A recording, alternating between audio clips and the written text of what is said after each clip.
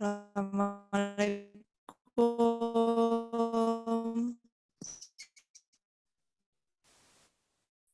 Waalaikumsalam warahmatullahi wabarakatuh. Waalaikumsalam warahmatullahi wabarakatuh. Halo, selamat malam. Assalamualaikum semuanya. Waalaikumsalam, Kak.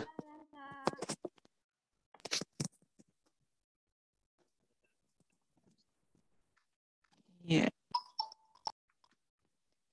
Oke. Iya. Ya, selamat datang ya ke level pertama. Kita bakalan mulai introduction. Sudah 20 orang. Oke, alhamdulillah. Oke, gimana kabar semuanya? Alhamdulillah baik ya. Bentar lagi kita bakal mulai. Semoga semuanya bisa mendengarkan dan mengerti dengan baik materi malam ini. Oke. Sebentar. Saya share screen dulu.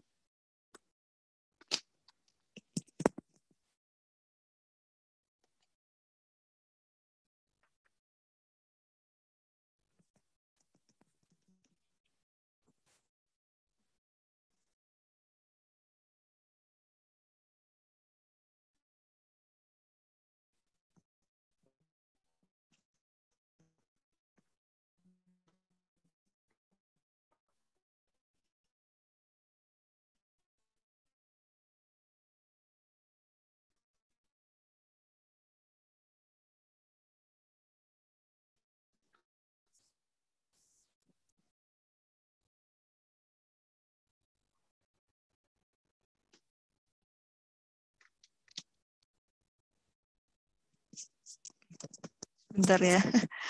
Agak loading ininya. Jadi bisa perasaan. Gini aja deh. Biar kita nggak terlalu lama nunggunya. Oke.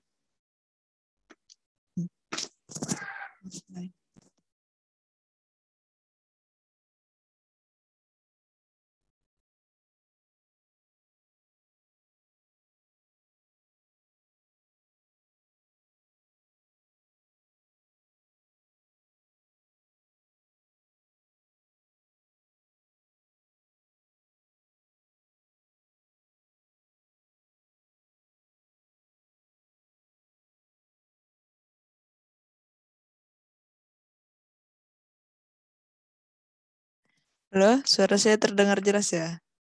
Tadi hilang soalnya. Terdengar, Kak. Oke, terima kasih. Sebentar. Nah, oke. Oke, bentar.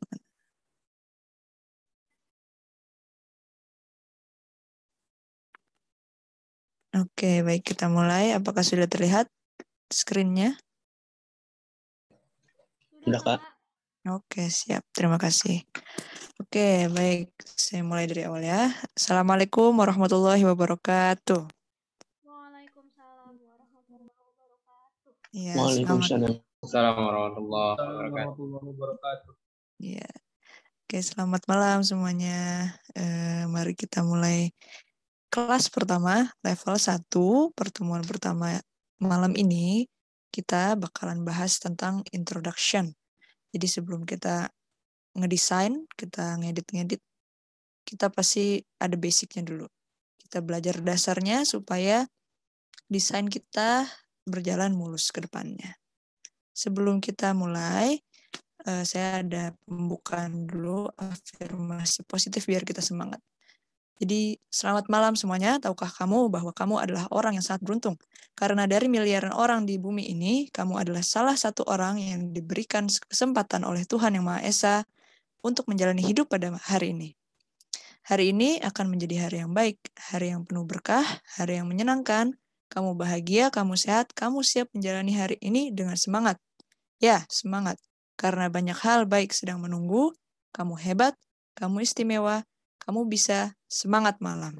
Ya, bismillahirrahmanirrahim. Semangat malam kita belajar malam ini. Oke, kita langsung saja ke pembahasan. Nah, kita sebagai desainer pasti nggak bekerja sendiri ya, kita punya tim. Nah, kalau bekerja sih mungkin ada, tapi lebih baik kita bekerja bersama karena lebih enteng nantinya. Nah, komunikasi pasti dibutuhkan sekali dalam sebuah tim. Kira-kira apa ya komunikasi artinya? Kalau dari gambar kita bisa lihat ya, ini ada orang tiba-tiba komunikasi via online ya. Ini bukan orangnya keluar dari layar, tapi diasumsikan sebagai mereka sedang berkomunikasi via online. Mungkin ada dari teman-teman semua, saya panggil teman-teman. Teman-teman semua di sini ada yang bisa mendefinisikan nggak komunikasi itu apa sih menurut masing-masing deh?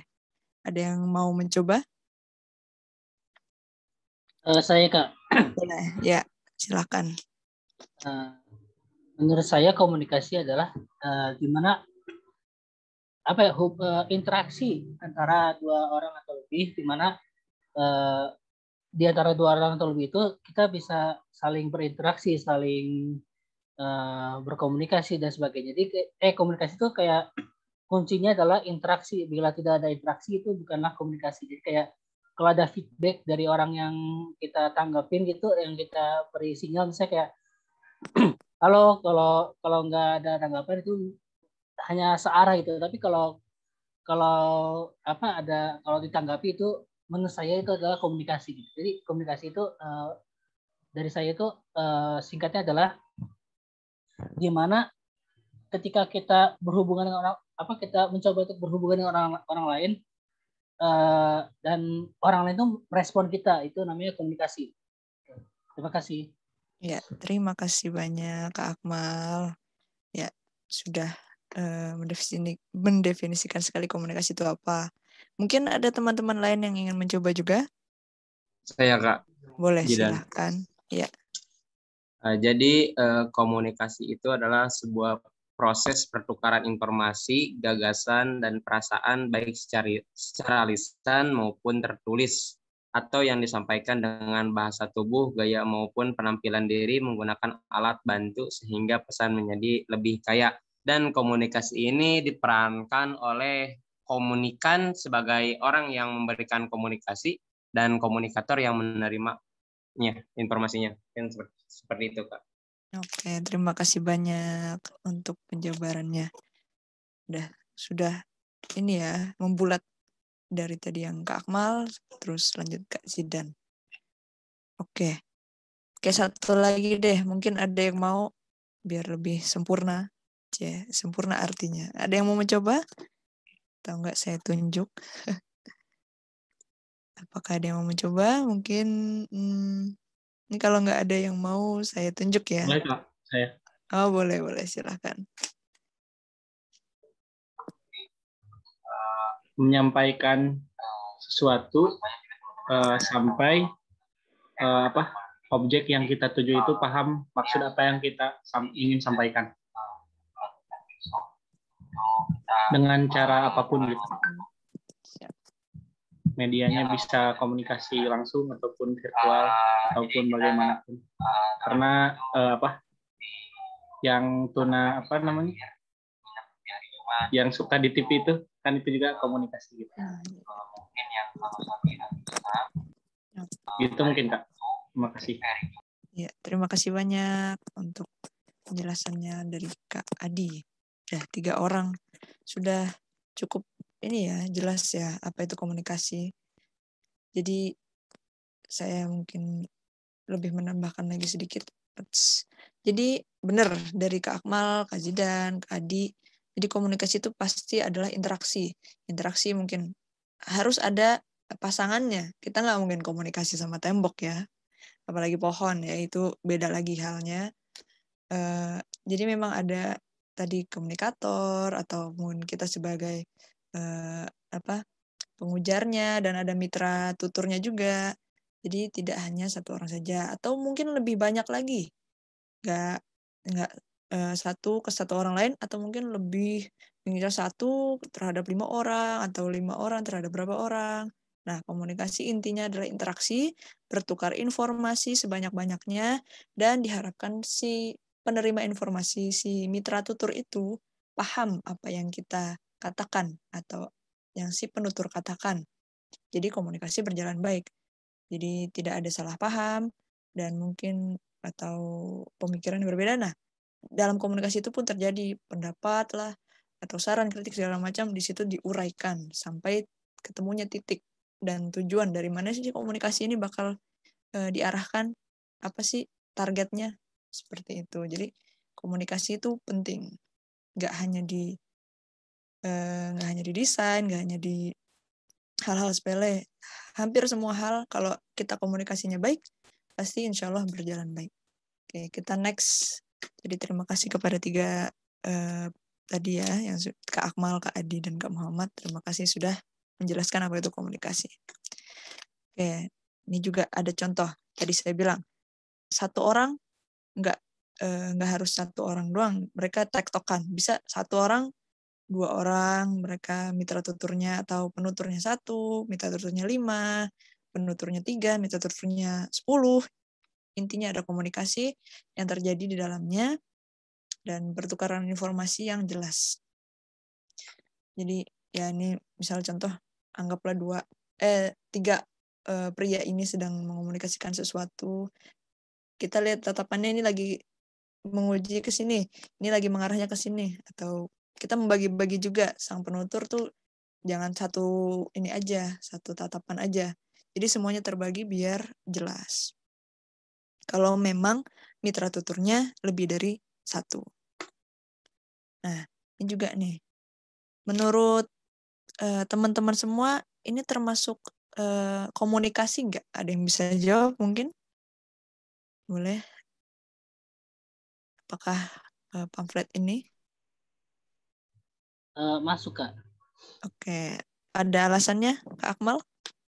Karena ini kan apa ya? Ini kan ibarat kayak dari pihak yang capres cawapres kan ingin berkomunikasi dengan para masyarakat lah, audiens, dengan kan komunikasi kan ada yang langsung dan tak langsung kan. Kalau menurut saya ini salah satu bentuk tak langsung karena menyampaikannya melalui medium perantara, yaitu perantara pamflet. Yang diharapkan dengan pamflet ini apa yang diutarakan oleh para capres ini bisa tersampaikan oleh masyarakat. Kan itu kan ibaratnya komunikasi, kan sudah ada bila ada impresi dari masyarakat, wah ternyata capres 1 gini, capres 2 gini, itu kan berarti udah berhasil dong Kak, komunikasi tujuan komunikasi udah tersampaikan kan Kak. Walaupun ada kesan baik buruk itu belakangan, tapi intinya kan yang penting kan sudah terhubung gitu, sudah terkirim pesannya.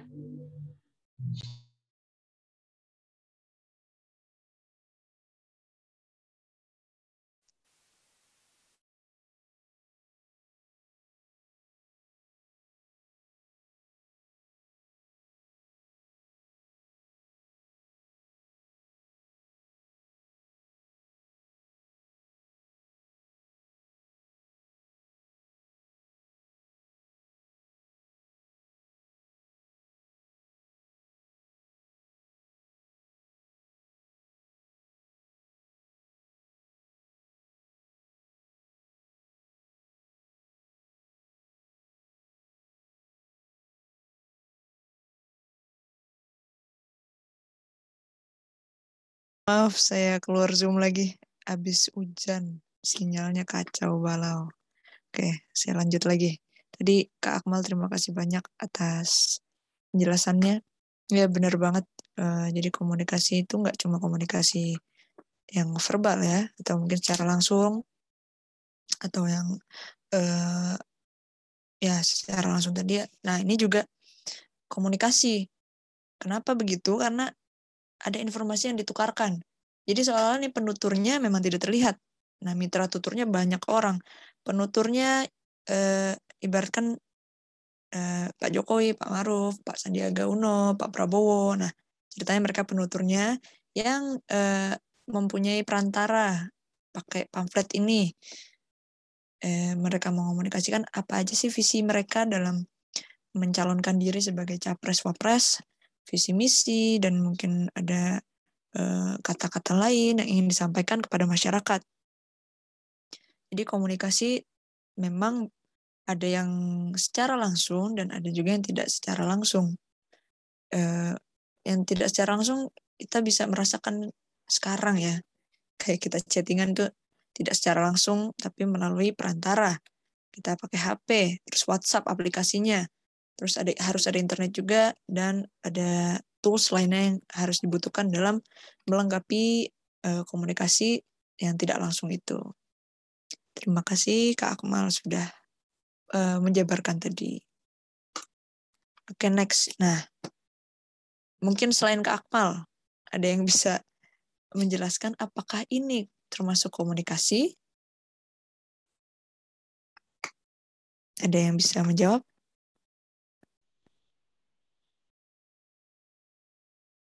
Ya, tadi Juwika sempat on mic. Ada yang ingin menjawab apakah ini termasuk komunikasi? Termasuk, Kak. Oke. Termasuk, Kak. Oke, ada yang bisa memberikan alasannya?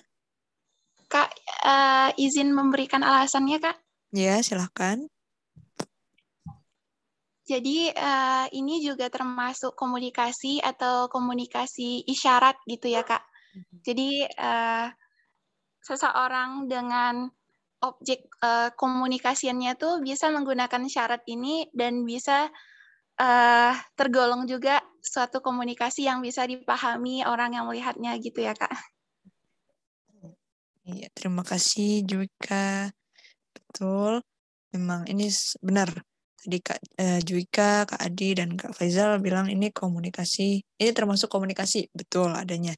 Kenapa? Karena ini adalah salah satu metode yang digunakan kepada orang-orang yang berkebutuhan khusus dalam berkomunikasi, dalam mengucapkan kalimat yang mereka tidak bisa ucapkan.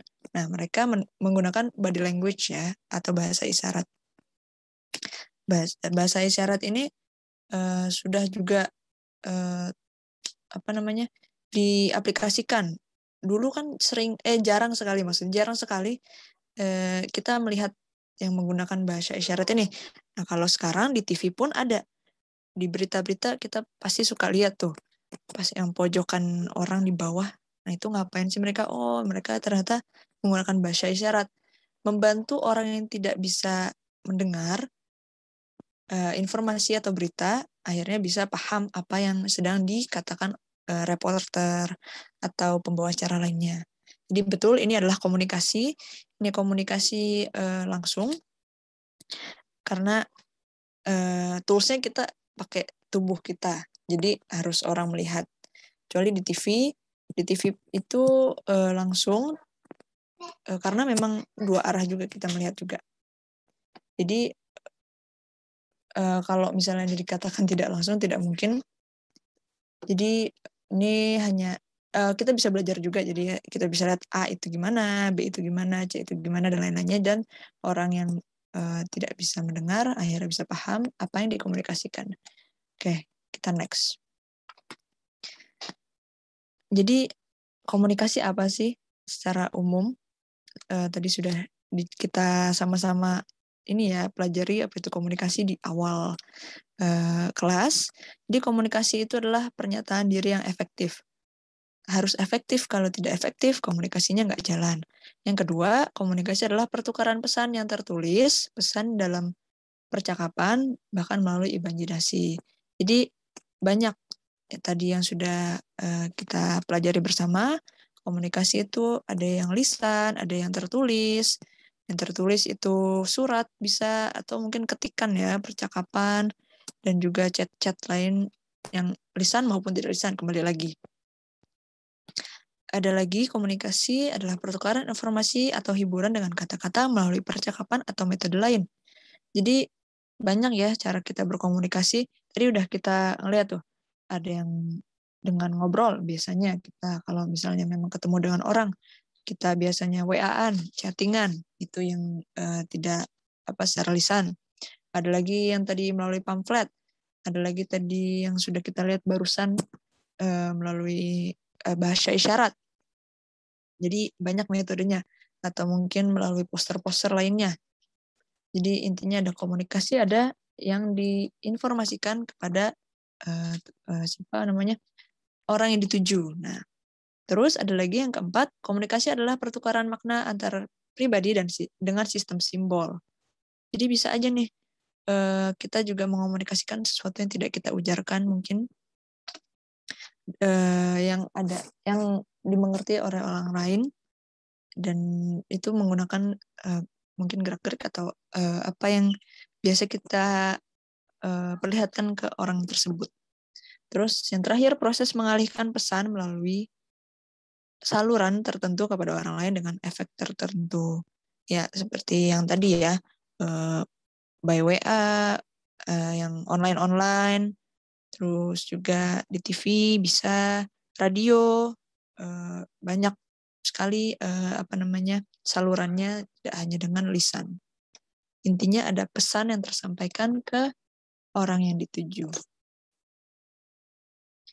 Ya, contohnya kayak kita sekarang ini, saya sedang berkomunikasi dengan semua peserta malam hari ini. Kita komunikasi nih. Jadi di pertemuan nanti pas mau selesai, saya akan tanyakan apakah ada yang miss atau ada yang tidak paham. Nah, biar komunikasinya berjalan lancar dan paham materinya. Dan next di sini ada proses komunikasi. Jadi proses komunikasi itu tadi ya, sudah sempat ada yang bilang ada komunikator, ada juga yang menerimanya. Oh ya, kebalik tadi, saya juga benar, komunikator itu pengirimnya, komunikan itu penerimanya. Jadi jadi ini antar dua orang ya. Ibaratkan ada komunikator atau pengirim pesan atau penutur ke si komunikan, ke penerima informasi tersebut. Jadi dia ngirim pesan, terus mungkin apa, by lisan kah, atau chat kah, atau mungkin by pamflet atau poster, atau dia gambar, segala macamnya. Nah, sebelum sampai nih ke si komunikan, pasti ada gangguan. Gangguannya mungkin misal kalau misalnya online ya, internetnya kah, atau mungkin ya biasalah kuota, atau yang mungkin wifi-nya error segala macamnya, itu gangguannya.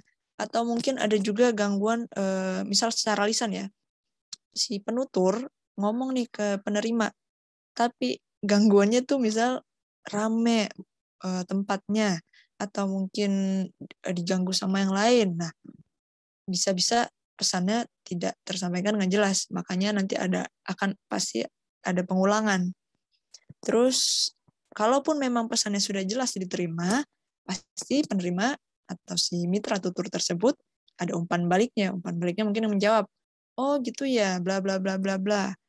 Pasti di situ akan berputar terus informasinya sampai mungkin penutur atau mitra tutur membawakan informasi baru yang akhirnya pesannya sudah merubah topik lagi, dan end sudah pesan yang lalu. Oke, next ada fungsi komunikasi. Jadi menurut Onong Ujana itu ada 4. To inform, to educate, to entertain, and to influence. Jadi pasti ya, komunikasi itu pasti untuk menyampaikan informasi. Nggak mungkin kita komunikasi cuma sekedar pernyataan yang nggak membawa tujuannya apa sih ini kalimatnya. Nah, selain juga informasi, pasti misal guru ke siswa untuk mendidik. Jadi selain berkomunikasi mungkin ngobrol, ada juga yang mungkin menyelipkan edukasi juga. Ada juga yang menyelipkan, oh gini nih caranya. Nah, itu juga termasuk mendidik.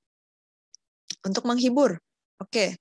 Kalau misalnya yang nonton stand up comedy, mereka menghibur dengan membawakan mungkin materi lucunya mereka ke penonton. Ada juga yang diajak juga tuh penontonnya untuk berinteraksi agar pembawaannya lebih berkesan komunikatif dengan para penontonnya. Dan yang terakhir ada to influence, mempengaruhi. Ambillah contoh Mario Teguh. mempengaruhi, memotivasi.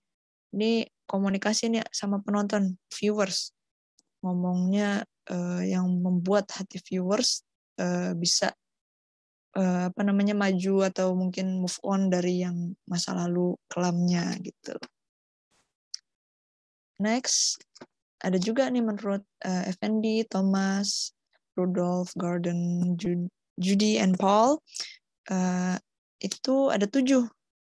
Hampir mirip sih sama yang tadi, ahli yang tadi. Yang pertama menyampaikan pikiran dan perasaan, berinteraksi dengan sesama. Terus yang ketiga memberi informasi, menambah wawasan atau pengetahuan. Yang kelima hiburan, keenam mempengaruhi orang lain. Yang ketujuh motivasi. Jadi tidak jauh beda dengan yang sebelumnya dari Onong tadi. Pasti kita menyampaikan pikiran, perasaan kita, feeling kita gimana sih, curhat lah ya, kayak lagi tausiah sama Mama Dedeh, curhat di situ. Nah, itu kita menyampaikan perasaan kita komunikasikan dengan orang yang kita percaya atau mungkin orang yang ahlinya. Terus juga berinteraksi dengan sesama pastinya. Seperti yang saya tadi bilang juga, nggak mungkin dia komunikasi sama pohon gitu ya. Terus ada informasi pasti. Tadi juga menambah wawasan.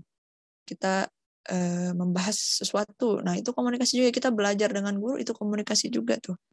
Tukar-tukar informasi juga di situ bisa pasti. Hiburan juga tadi yang sudah saya jelaskan. Mempengaruhi orang lain ataupun motivasi juga pastinya. Pasti ada beberapa yang memang topik komunikasinya itu membawa orang lebih maju lagi, lebih percaya diri lagi, dan lain-lainnya. Next, ada jenis-jenis produk desain komunikasi visual. Ada 8. Pertama, grafis, identitas visual. Yang kedua, antarmuka atau user interface atau UI, kalau mungkin pernah dengar. Dan ada juga yang ketiga, grafis, pemasaran dan periklanan. Yang keempat, publikasi. Yang kelima, motion grafis. Yang keenam, desain kemasan. 7, grafis lingkungan. Dan yang kedelapan, seni dan ilustrasi untuk desain grafis. Oke. Jadi enggak ya desain tuh nggak cuma poster doang, nggak cuma pamflet, flyer dan lain-lainnya, tapi pasti ada juga ini kebutuhannya untuk apa, isinya seperti apa dan lain-lainnya.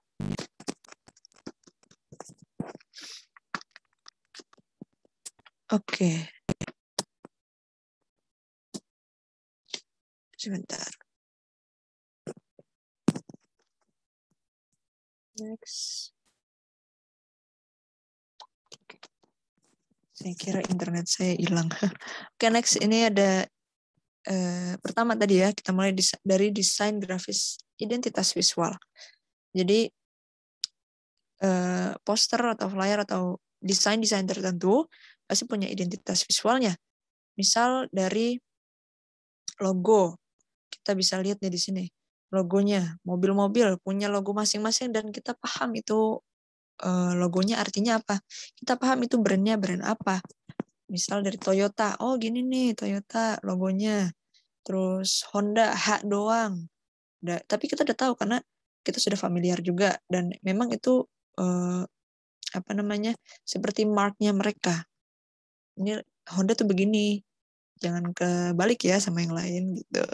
Terus bisa juga dari tipografinya.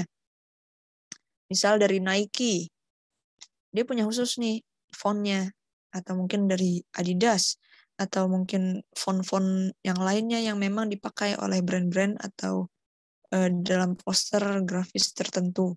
Ini ada font list juga, kita bisa bebas nanti bakal pakai yang mana yang mungkin eye catching atau memang sesuai dengan brand yang atau klien minta nantinya. Terus ada juga color palette-nya. Gak sembarang color palette yang nanti akan dipakai dalam desain. Jadi ada kecocokan. Misalnya kita pakai color yang ini. Oh, cocoknya dengan yang ini. Jangan campur color ini dengan yang lainnya. Nanti bisa jadi terlalu nyentrik, terlalu dark, atau mungkin agak lebay nanti warnanya. Terus ada juga fotografi atau illustration style. Jadi mungkin ada foto tertentu yang memang sebagai itu adalah brand kami gitu. sebagai menunjukkan bahwa mereka punya keunikan sendiri dari fotonya atau mungkin ilustrasinya. Terus ada juga guidelines atau standar manual yang memang untuk mengguide para viewers atau pembaca tahu bahwa ini brand kami, jadi begini ya guidelines segala macamnya, seperti itu. Oke, next ada dari desain antarmuka atau user interface. Dalam konteks desain grafis, desain UI berfokus pada pengalaman visual pengguna dan desain elemen grafis di layar seperti tombol, menu, mikro, interaksi, dan banyak lagi. Ini adalah pekerjaan desainer UI untuk menyeimbangkan daya tarik estetik dengan fungsi teknis. Jadi UI itu sering kita lihat ya, nggak usah jauh-jauh, Instagram ada UI-nya pasti. Kita buka Instagram, kita bisa lihat di situ ada tombol-tombol menu-menu. Kita mau ke home, ada gambar home ya di bawah. Kita mau ke Explorer, sebelahnya yang gambar kaca pembesar. Iya, kalau nggak salah itu, saya lupa. Udah lama nggak buka. Terus kita mau buka profile kita, ada paling pojok, ada yang gambar kita bulat itu. Nah itu user interface-nya. Atau mungkin di Gmail. Di Gmail itu kita sebelum masuk ke isi email kita, pasti kita disuruh login seperti gambar ini ya. Kita disuruh username, password, itu juga sama ya di Instagram sebelum kita masuk benar-benar ke Instagram kita. Atau kita log out, login kembali. Terus kita bisa juga ngelihat tools-tools lain. Misalnya kita buka di titik 3 di samping biasanya ya, itu ada lagi isi-isinya tuh menunya. Nah itu UI. Ada fungsinya masing-masing juga yang membawa kita ke page yang lainnya yang memang kita butuhkan. Okay, next, itu yang ketiga desain grafis pemasaran dan periklanan. Suatu perusahaan dengan suatu produk agar dikenal oleh masyarakat bergantung pada upaya pemasaran dan periklanan. Pemasaran dan periklanan bertujuan untuk membujuk setiap masyarakat mengambil keputusan untuk membeli suatu produk. Oke, dari kata-katanya pemasaran dan periklanan, pastinya ya untuk memasarkan barang dan mengiklankan suatu barang ya. Si klien punya barang mau diiklankan. Oke, desainer begini, bikinnya ya. Klien mintanya ini, desainer buatkan, dan tujuannya untuk mengiklankan dan memasarkan brand yang dipunyai oleh si klien. Contohnya di sini mobil. Di sini elemennya ada gambar mobil, terus fontnya seperti ini, dan banyak juga mungkin brand apa aja sih yang dipunyai oleh si klien, mobilnya apa aja yang dijual. Terus ada juga pasti informasi segala macamnya dan mungkin kata-kata yang mengundang para calon customer untuk mendatangi toko tersebut. Jadi iklan atau pemasaran tersebut akan lebih bagus lagi kalau memang benar-benar tercapai apa tujuannya nantinya. Jadi iklan dan pemasarannya berhasil. Next, ada lagi motion graphic. Jadi sederhananya ini bukan ini dari misal kita bikin desain. Nah, desainnya ingin kita ilustrasikan. Kita jadikan video. Nah, jadi sebelum kita jadikan video, mungkin kita ingin membuat base-nya dulu, desainnya dulu, baru ke motion grafisnya. Jadi ada animasinya, ada audionya, typografinya bergerak-gerak, ya pokoknya animasi ya. Ada videonya dan efek-efek lain. Nah, contohnya di medsos, di televisi atau film. Nah, itu di situ motion ya. Kalau dalam artikan itu motion pergerakan. Jadi kalau poster segala macam desainnya itu kan diam ya. Kalau motion itu bergerak pasti. Ada lagi desain kemasan. Jadi kita para desainer buat konsep nih untuk kemasannya. Kalau di McD ya, kita suka lihat paperback-nya McDonald, itu ada tulisan M-nya, atau mungkin yang dulu yang lagi booming itu BTS. Nah, itu ada tulisan BTS di mana-mana. Nah, itu konsepnya seperti itu untuk kemasannya lebih bagus lagi dan customer juga merasa, wow, keren juga ya. Jadi nggak main-main nih brandnya. Jadi tuh mengembangkan market, terus juga biar lebih tajam lagi nih, maksudnya dari paper bag ini apa aja sih. Jadi brandnya itu benar-benar terlihat. Dan yang ketujuh ada grafis lingkungan. Jadi contohnya itu ada signage, terus mural dinding, pameran museum, merek kantor, navigasi transportasi umum, interior toko retail, ruang acara dan konferensi.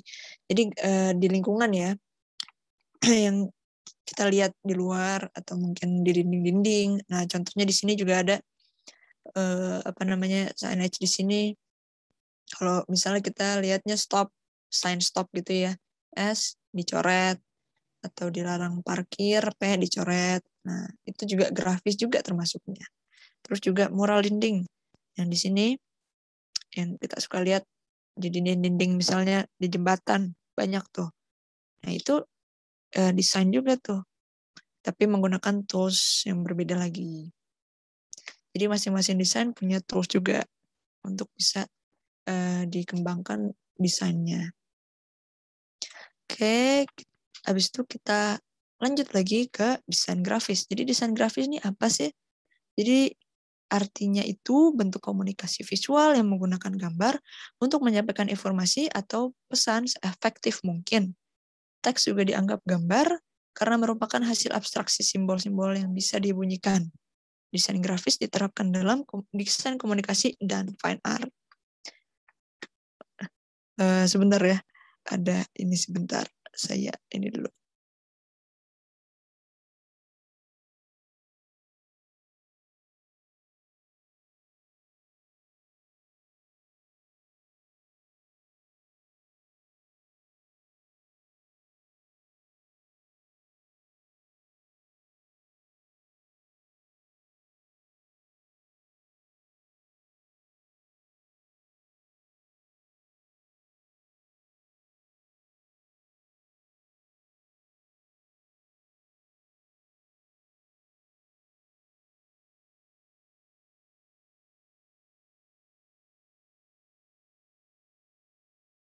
Oke, balik lagi. Maaf, agak tertunda.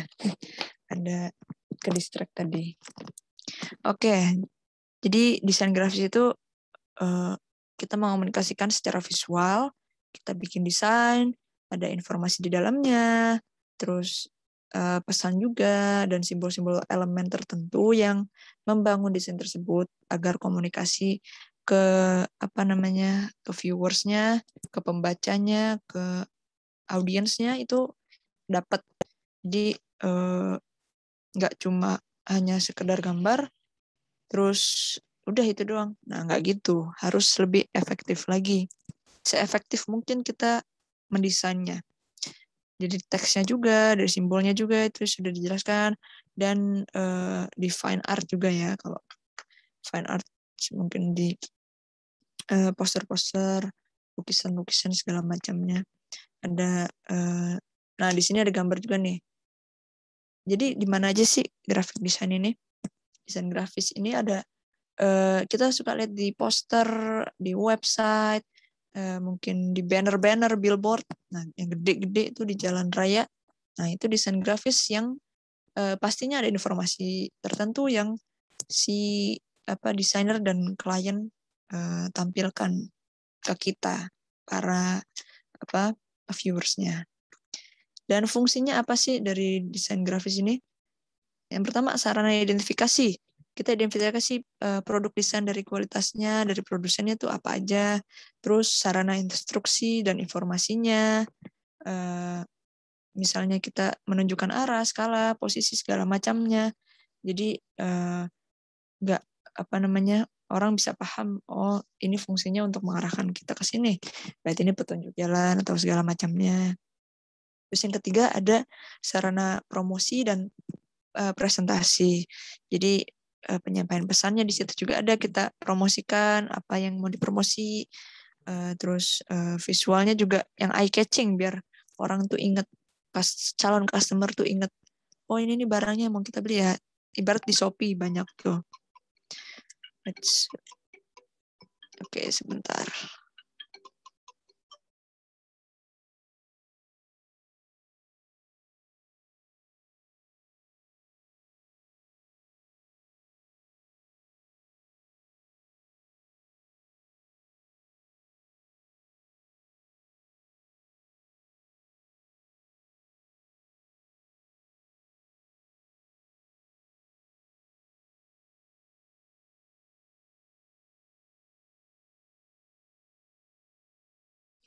Oke, sorry. Next. Oke, kita lanjut. Ada lagi kategorinya nih apa aja nih? Tadi ya, udah ada agak kita sedikit ketahui tadi di awal. Jadi ada printing, ada juga web design, film, logo, EGD, desain produk, dan pemaketan, dan lain-lainnya. Jadi printing nggak sembarang printing. Bukan kita ngeprint biasa aja ya. Jadi printing di sini kita ngedesain buku, covernya, majalahnya, poster bagaimana kita printnya nanti, booklet, flyer, pamflet, periklanan, dan lain-lainnya yang dipublikasikan ke viewer nantinya. Jadi bukan sekedar tulisan aja ya. Kalaupun itu berani dan mungkin sepertinya ada, tapi kita agak capek nanti bacanya. Jadi lebih enak pasti ada gambarnya, ada elemen-elemen lain yang membuat viewers tuh keren juga nih. Kita baca lah, kita sebarkan juga mungkin bisa. Terus ada juga web design. Web design ini pasti di halaman web ya, website. Kita suka lihat di misal header-headernya web-web tertentu ya. Headernya tuh begini, mungkin kecenderungan warna merah atau ada informasi tertentu, dan pasti ada di situ mencantumkan ini web apa sih, ini tentang apa sih, dan lain-lainnya. Terus ada lagi film, ada yang di CD, di DVD, terus filmnya pasti desainnya bagaimana nantinya tuh di dalam apa namanya poster DVD-nya ini gimana, pasti di situ ada desain yang dilibatkan. Terus logonya tadi kita udah bahas juga, terus environmental graphic design yang tadi grafik lingkungan itu. Terus ada juga produk pemaketan yang tadi sempat kita sudah bahas juga, yang ini produk McDonald tuh begini, grafisnya, desainnya begini, lebih ke kuning, lebih ceria ya, orang makan pasti ceria lah, nggak marah-marah pas lapar.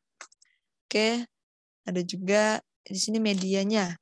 Kita bisa pakai apa aja sih? Kita bisa pakai diagram, atau enggak grafik, atau poster, ya kita menggunakan posternya, atau kartun kah, atau komik, atau gambar. Jadi medianya cukup luas ya. Kita nggak cuma pakai gambar doang, tapi kita bisa diagram dan grafik bisa, selama dalam desainnya itu tidak terlalu padat. Jadi kita juga harus mengepaskan dalam desain itu apa aja sih yang bakal kita masukin.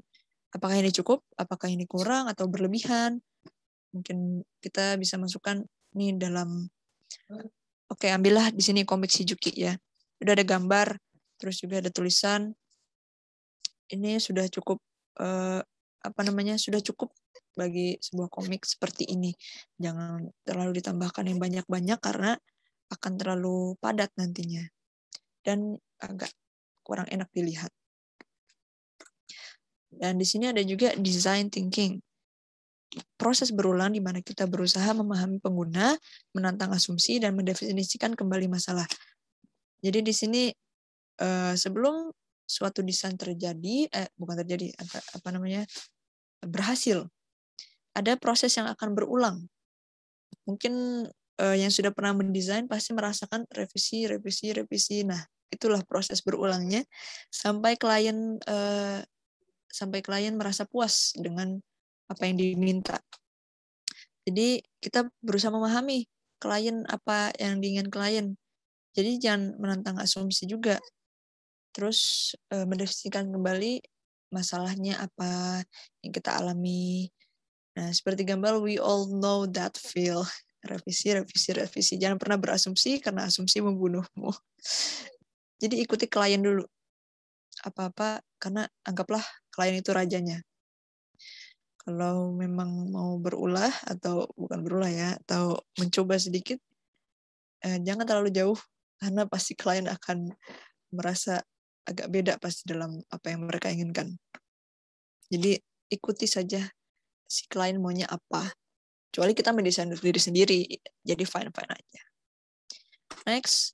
Jadi apa aja sih design thinking ini? Ada empathize, define, ideate, prototype, dan test yang terakhir.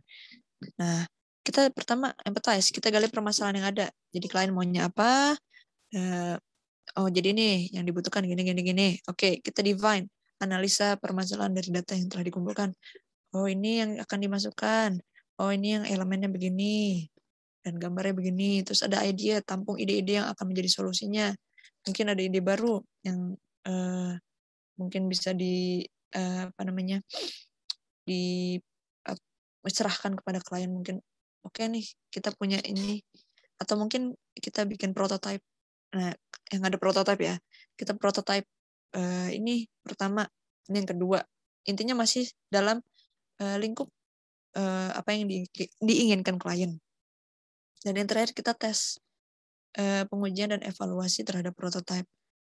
Nah, jika semuanya ini berhasil dan tidak ada revisi, berarti sudah kita clear. Nah, tapi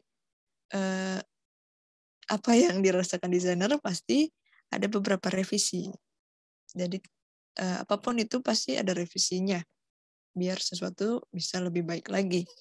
Nah, di sini ada diagram, bukan diagram, ada alur. Jadi dari empathize ke define. Jadi empathize itu membantu mendefinisikan apa aja yang dibutuhkan juga. Terus ada idea ke prototype ke design. Nah, kalau misalnya dari ke prototype ke tes. Kalau misalnya dari tes itu sudah ada revisi, kita balik lagi dari awal. Apa sih yang kurang? Apa sih yang salah? Oke, habis itu kita jump lagi ke define, habis itu ke idea, terus prototype, tes. Nah, kalaupun di prototype dari awal sudah ada yang kurang, kita balik lagi mundur. Nah, kalau dari tes kita udah ada yang kurang, bisa juga balik lagi ke define. Jadi pasti ada yang berputar-putar alurnya sampai klien merasa puas dengan desainnya. Jadi kita harus kuatkan hati, jangan sampai kita tiba-tiba down, karena memang pasti bakal ada yang terulang kembali untuk itu ya, membuat sesuatu yang perfect pasti ada hambatannya. Oke, jadi sekian kelas malam ini. Kita open Q&A supaya kita sama-sama komunikasinya jalan dan paham tentang materi malam ini. Oke, saya persilahkan kepada para peserta yang keren-keren ini untuk bertanya bagian mana yang mungkin kurang jelas atau mungkin ada yang mau ditanyakan. Sebelum saya jump ke ada hadiah tugas yang akan diberikan. Mungkin ada yang ingin ditanyakan? Boleh via chat, boleh on mic.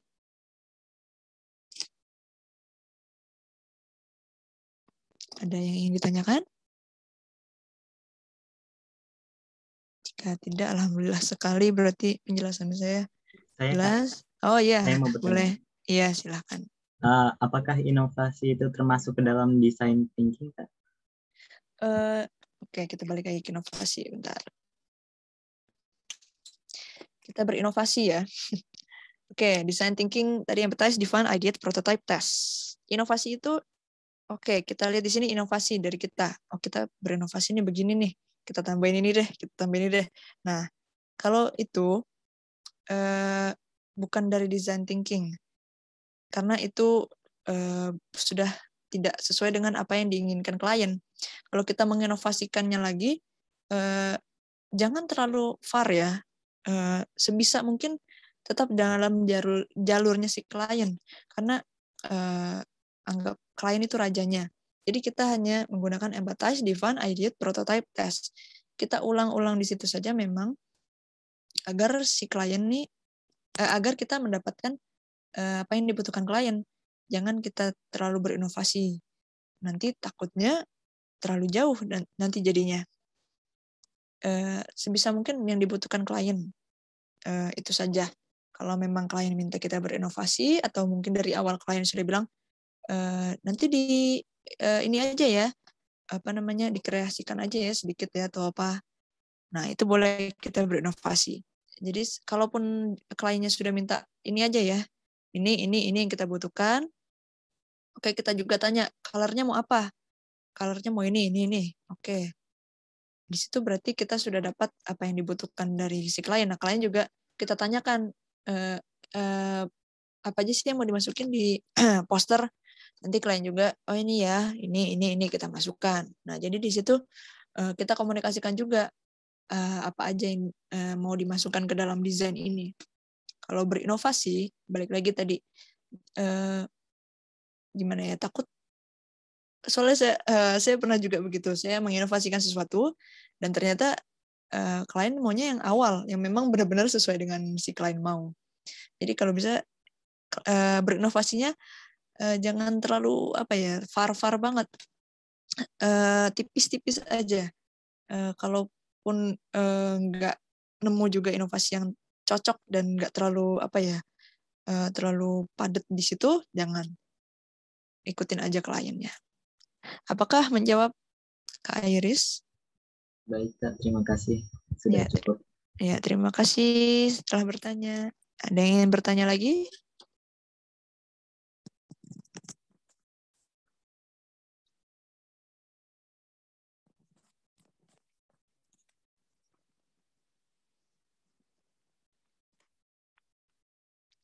Oke, sembari saya buka itu ya, apa namanya, tugasnya. Oke, saya langsung ke tugas aja ya. Kalau mau ada yang bertanya, silahkan nanti. Atau mungkin boleh di japri, saya juga boleh. Oke, jadi tugas pertemuan pertama, kita bikin yang namanya design brief, seperti data yang dibutuhkan sebelum kita mendesain ya. Jadi kita kita pilih temanya mau apa. Widya mau nanya, enggak, kepencet aja. Oke, lanjut ya. Jadi topiknya ada 5. Pertama, makanan cepat saji. Ini ya, saya bold. Oke, yang ini. Ada makanan cepat saji. Terus ada tentang pakaian, olahraga, teknologi, dan pelesir. Silakan dipilih bebas mau apa. Sekarang kita ke template-nya. Jadi semuanya nanti akan kerjakan di sini. Di template ini, terus kalian tinggal copy paste, bikin halaman baru di bawahnya, lalu dikerjakan di situ. Oke. Di sini ada nama kalian masing-masing ya. Nama peserta siapa? Ini pertemuan sudah introduction, oke. Nah, nama proyek. Kita tadi misal mau ngambil tema apa? Ngambil tema pakaian. Oke, nama proyeknya apa? Grand opening kah, atau mungkin buy one get one atau apa? Nah, tujuannya apa nih? Jadi dijelasin juga 1-3 kalimat tentang apa aja tujuannya, atau mungkin bisa lebih. Mungkin untuk ditampilkan di papan iklan, spanduk, cetak. Jadi apakah ini juga rebranding dari proyek sebelumnya, atau mungkin ini proyek baru. Jadi ada yang dijelaskan lagi. Tujuannya apa? Misalnya ini peluncuran produk baru, gini. Tidak terlalu panjang, tapi langsung to the point aja. Di papan iklan kah? Banner kah? Dan di sini lanjut lagi ke target audiensnya siapa aja nih?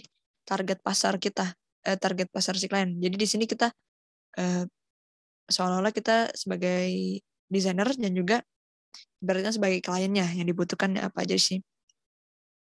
Kita isi aja targetnya, misalnya umur segini sampai segini, ataukah mungkin umum, mau mungkin dari usia umum ya, jadi apa aja masuk, atau khusus usianya segini sampai segini, ada lokasi tertentunya, ataukah mungkin ada lagi yang lebih khusus lagi, targetnya siapa, apakah wanita saja kah, atau pria saja kah, anak-anak, dan lain-lainnya. Nah, pesan apa nih yang mau ditampilkan di posternya nanti, atau flyernya nanti, atau desainnya. Misalnya pesannya tadi ya, mungkin buy one get one free, bla bla bla bla. Apa pesannya yang ingin disampaikan di poster itu apa? Ditampilkan di situ, ditulis di sini, tabel yang ini. Terus ada ya dan tidaknya. Oke. Ya, kita bakal masukin ini, dan fontnya begini. dan mungkin elemen ini. Dan tidaknya apa nih? Oh, jangan masukin ini ya. Ini jadi sebagai apa namanya? Data kita. Jadi yang tidak boleh dimasukkan apa aja? Ini. Jangan pakai elemen terlalu apa, warnanya terlalu gimana, jangan. Jadi masukin di sini. Kalau ianya apa, kita masukkan ini. Nah, begitu. Terus teksnya apa aja yang mau dimasukkan? Misalnya, ayo belanja sekarang, bla bla bla. Atau mungkin apa? Ya kreasikan sendiri. Intinya teks yang akan ada di poster tuh kayak gimana. Terus elemen visualnya. Jadi kita misalnya si klien ini diisi juga. Misalnya klien akan memberikan logo, terus jenis fontnya tuh apa, atau fotonya gimana, kode warnanya. Tadi yang sudah kita bahas juga kita komunikasikan tuh. Nah, kalau di sini kita isi aja dulu apa aja yang akan terlihat nantinya di situ. Di desainnya. Jadi kode warna kah, stok foto kah, ilustrasinya bagaimana kah, atau mungkin elemen-elemen lain. Mungkin ada juga mungkin diminta juga nantinya elemen visual, mungkin motion atau apa namanya, fontnya bagaimana. Jadi dijabarkan di sini. Jadi kita bertindak di sini nggak hanya desainer aja, jadi isi di sini aja kita beranggapan sebagai si kliennya juga. Jadi kita punya data kita sendiri nih, bakal desain kita tuh bagaimana, begitu. Dan juga kita bakalan masuk juga nih langsung sebelum ke pertemuan kedua, saya bakalan kasih tahu login ke Figma tuh gimana. Jadi oke, ini kita buka ya, Figma namanya ya. Search aja di Google Figma. Nah, langsung nih kayak gini logonya nih Figma. Kita klik yang paling atas, the collaborative interface design tool.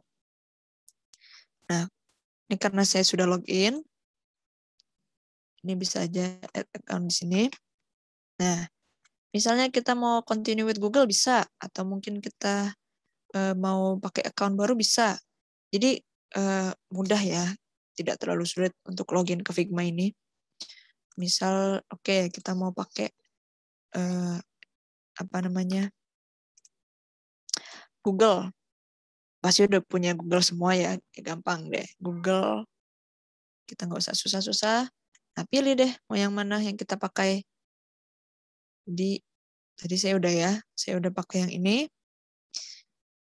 Jadi saya sudah masuk. Habis itu kalau sudah masuk dia bakalan ngasih kita tampilan seperti ini. Misalnya kita mau pilih apa sih yang bakal kita pakai. Nah, nanti itu akan dijelaskan di pertemuan kedua. Jadi di sini sebagai brief sedikit tentang login ke Figma. Kita bisa new design file.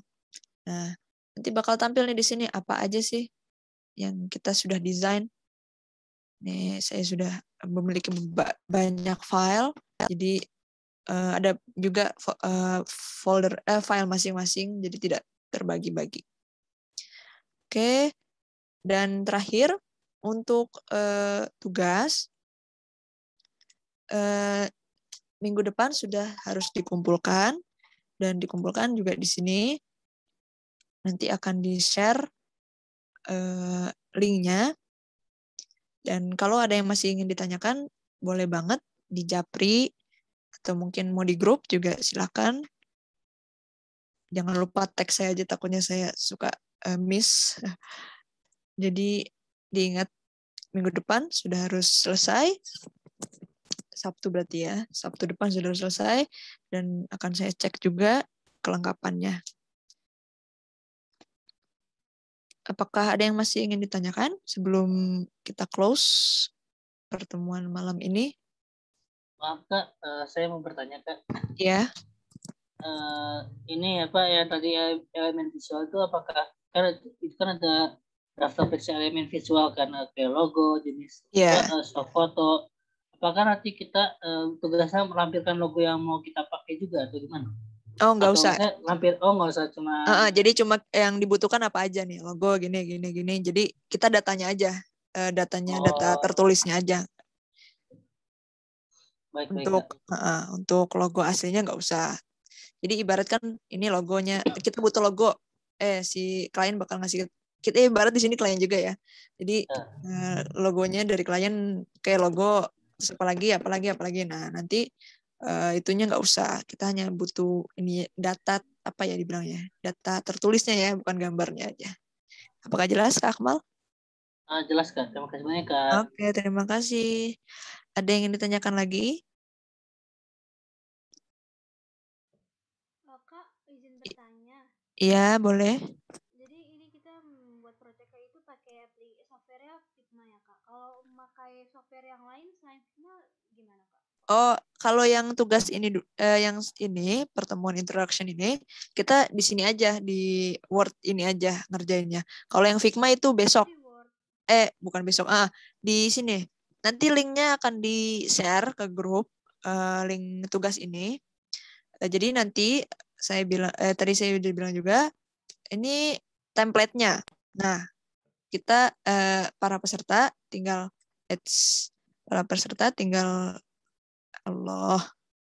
sebentar. Tinggal di copy paste aja. Misalnya design brief, terus kita tambah lagi di sini nih gap ke bawah halaman kita sendiri. Jadi ini contohnya, kita enter ke bawah bikin halaman baru, di atasnya Figma yang ini. Kita bikin halaman baru di sini, kita copy paste punya kita di sini. Nah, kita tinggal ubah-ubah yang memang kita ingin isi di sini. Namanya kita ganti nama kita pasti, terus proyek kita apa, terus tujuannya apa, dan seterusnya. Kalau yang introduction ini tugasnya kerjakannya di Google Docs ini. Kalau yang untuk Figma yang barusan tadi, yang ini itu pertemuan kedua minggu depan. Ya, saya di sini ini aja sebagai brief gimana sih loginnya. Jadi cukup mudah, kita tinggal search di Google, kita klik Figma yang tadi, paling atas tuh the collaborative apa tadi tuh. Terus kita langsung login. Kita pakai Google bisa, kita pakai create account bisa. Jadi pilihannya dua ini. Apakah sudah menjawab? Oke Kak, sudah cukup menjawab. Terima kasih. Terima kasih. Apakah ada yang ingin bertanya lagi?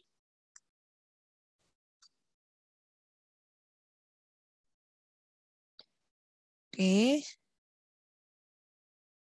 Oke, 9:10 saya tutup. Mungkin ada yang ingin ditanyakan, atau saya sembari juga ngejelasin sedikit lagi. Jadi tugasnya ini ya, kita bikin halaman baru, kita copy paste aja ini ke bawah, kita copy, kita paste punya kita ke bawah. Terus kita isi deh. Namanya kita ganti siapa, proyeknya apa. Nah, jangan lupa kita pilih topik dulu sebelum kita ngerjain. Kita topiknya mau apa? Makanan cepat saji kah? Pakaian kah? Olahraga, teknologi, plesir. Nah, 5 itu ya topiknya. Nah, nama proyeknya apa nanti? Kita tulis tujuannya apa? Target audiensnya siapa aja nih? Usianya berapa? Mungkin dari 10 sampai 15 kah? Berarti teenager ya, remaja. Atau mungkin wanita saja kah? Ibu-ibu, bapak-bapak? Nah, siapa nih targetnya? Atau mungkin dari lokasi. Mungkin lokasi targetnya lokasi perkotaan kah? Desa kah? Terus mungkin negara bisa juga. Targetnya internasional. Terus pesannya apa? Dan ya tidaknya yang akan dimasukkan dalam poster itu apa? Oke, 2 menit lagi. Tadi ya, ada yang chat. Oh iya. Oke, 2 menit ini, 1 menit. Kita foto bersama dulu deh sebelum kita close. Sebelum saya close. Oke, yang mau on cam silahkan, boleh banget. Kita foto-foto dulu sebelum saya close.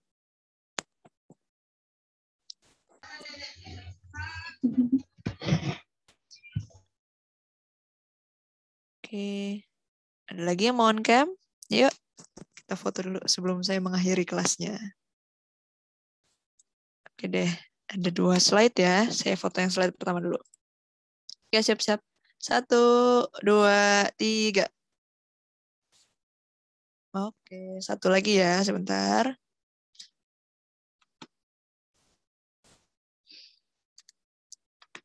Oke, sebentar. Jangan senyum dulu, saya belum ituin. Tenang, tenang. Oke. Oke, next. Yang slide kedua. Siap-siap. 1, 2, 3. Oke, terima kasih. Oke, saya akhiri kelas malam ini. Alhamdulillah sudah berjalan dengan lancar. Semoga apa yang saya sampaikan dapat sangat jelas dipahami bagi para peserta semua. Mohon maaf bila ada yang kurang jelas, bisa ditanyakan melalui grup atau japri saya. Sekian kelas malam ini. Wabillahi taufiq wal hidayah. Wassalamualaikum warahmatullahi wabarakatuh. Waalaikumsalam warahmatullahi wabarakatuh. Banyak Kak. Terima kasih Kakak. Iya, terima kasih. Selamat malam semuanya.